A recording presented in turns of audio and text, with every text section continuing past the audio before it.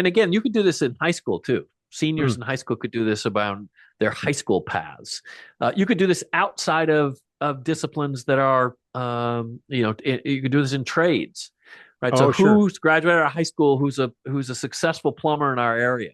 Yeah, Right. So sure. there's ways to do this that is not just college oriented. There are lots of trades that you could say, who's the electrician that everybody uses now that graduated from the same high school that I did?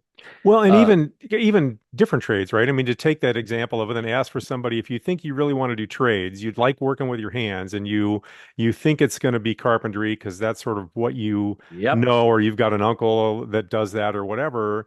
But then talk to somebody else who is an electrician or that's a the point. plumber or You you whatever, and you might you find, got it. oh, yeah, Well, and this is actually where, again, where colleges tend to, a kid growing up who's a first generation college student.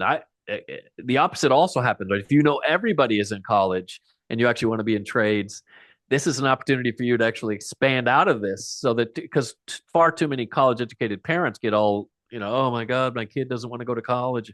Well, there's opportunities to actually do things that really leverage their same curiosity. It's just not in the things that you did. It's right, actually in the things that they're interested in, whether it's carpentry or plumbing. And the reality is, many plumbers work in people's houses who do lots of things.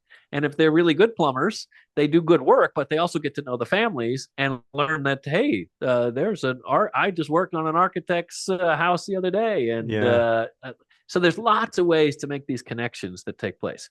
And so, as you do these sort of questions, the goal would be the same thing you would with any other sort of organic conversation, right?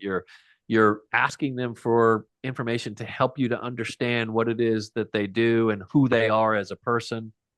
And so when that interview ends, as I said earlier, the only question that I would implore everyone to ask: are there two to three other people who do this work that you believe would be really interesting people for me to continue to get to know, and one who's doing something that has nothing to do with what it is you do, so that I can continue to explore the multiple opportunities that exist out there for me to interview folks that matter. And I say this oftentimes: if you started this senior year, junior year in high school, and did this all the way through the sophomore, junior year in college, and you had this wealth of information that's out there, by your junior year, you would have kind of this real good sense, very different than every other person that they're likely to meet, Yeah. who is going to say, oh, wow, you've done 50 interviews with people across this many fields.